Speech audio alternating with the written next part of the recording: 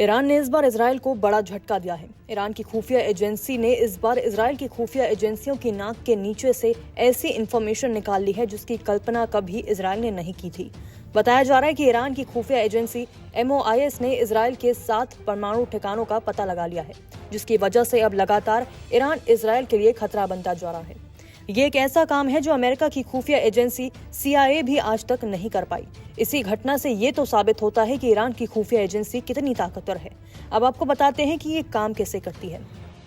Iran की खुफिया agency को MOIS यानी ministry of intelligence and security के नाम से जाना जाता है। इसका दूसरा नाम VAJA यानी वजारत-ए-इत्तलायत भी है। ये ईरान की इस्लामिक रेवोल्यूशनरी गार्ड कॉर्प्स यानी IRGC से अलग खुफिया इकाई है। ये एजेंसी सीधे तौर पर ईरान के सर्वोच्च नेता खामेनेई से जुड़ी है। इसे ईरान की सबसे शक्तिशाली खुफिया एजेंसी माना जाता है। द लाइब्रेरी ऑफ कॉन्फ्रेंस के एक दस्तावेज के मुताबिक ईरान की शाह सरकार ने SAVAK का गठन किया था। उस वक्त इसे एक क्रूर और खतरनाक एजेंसी माना जाता था। ये एजेंसी उस वक्त विरोधियों को टॉर्चर करने के लिए और लोगों को अचानक गायब करने के लिए खूब मशहूर थी। 1979 में ईरान में इस्लामिक क्रांति हुई और अयतुल्ला के हाथों में कमान आई। इसके बाद इस एजेंसी को भंग कर दिया गया। इसकी जगह IRGC की इंटेलिजेंस यूनिट, PMO की इंटेलिजेंस ब्रांच और पुलिस की अलग अलग इंटेलिजेंस टीमों ने ली। लेकिन फिर आया साल 1983। इस साल इन सभी एजेंसियों को मिलाकर एक केंद्रीय खुफिया एजेंसी MOIS बनाई गई। अब आपको बताते हैं MOIS का ढांचा क्या है। पहला, इंटरनल इंटेलिजेंस। ये विभाग ईरान के अंदर सक्रिय रहता है। ये असंतुष्ट नागरिकों की निगरानी करता है, सरकार विरोधी गतिविधियों पर नजर रखता है। इस विभाग के जरिए सरकार आंतरिक विरोध को नियंत्रित करने की कोशिश करती है। दूसरा है फॉरेन इंटेलिजेंस। MOIS के एजेंट दुनिया भर में फैले हुए हैं। इनका काम दूसरे देशों से गोपनीय जानकारी इकट्ठा करना होता है। ये राजनयिक हलकों और सुरक्षा संस्थानों में पैठ बनाए रखते हैं। दुश्मन एजेंसियों में अपने एजेंट प्लांट करते हैं। तीसरा है साइकोलॉजिकल वॉरफेयर। MOIS मीडिया और सोशल मीडिया के जरिए मानसिक युद्ध छेड़ता है। इसका मकसद भ्रम फैलाना, झूठी खबरें और प्रोपेगेंडा फैलाना होता है। ये विरोधियों की छवि को खराब करता है। चौथा है काउंटर इंटेलिजेंस।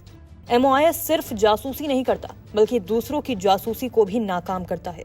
इसका काम ईरान में सक्रिय विदेशी एजेंट्स की पहचान करना है, उनकी गतिविधियों पर नजर रखना है।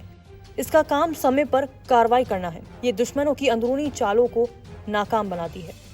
पांचवा है साइबर ऑपरेशंस। MOIS डिजिटल जासूसी में भी काफी एक्टिव है। इसका काम विदेशी सरकारों के सिस्टम हैक करना, संवेदनशील डेटा चोरी करना, रणनीतिक साइबर हमले करना है। आपको बता दें कि ईरान की ये खुफिया एजेंसी सीधे तौर पर ईरान के सर्वोच्च नेता अयातुल्ला अली खामेनेई के नीचे आती है। इसका बजट गुप्त रखा जाता है और इसे किसी भी परमिशन के लिए संसद या फिर किसी सांसद पर निर्भर नहीं होना पड़ता। बताया जा रहा है कि ईरान की खुफिया एजेंसी ने इजरायल से जो जानकारियां जुटाई हैं, उसके लिए ईरान ने इजरायल में रहने वाले एक 13 साल के बच्चे की मदद ली है। आयरन डोम की तस्वीर और विदेश मंत्री गिदोन सार के आवास की तस्वीरें इसी बच्चे ने उपलब्ध कराई थी।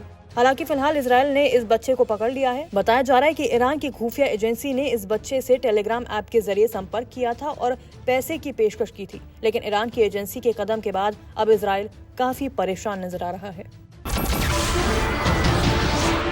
नमस्कार, मैं हूं मानक गुप्ता।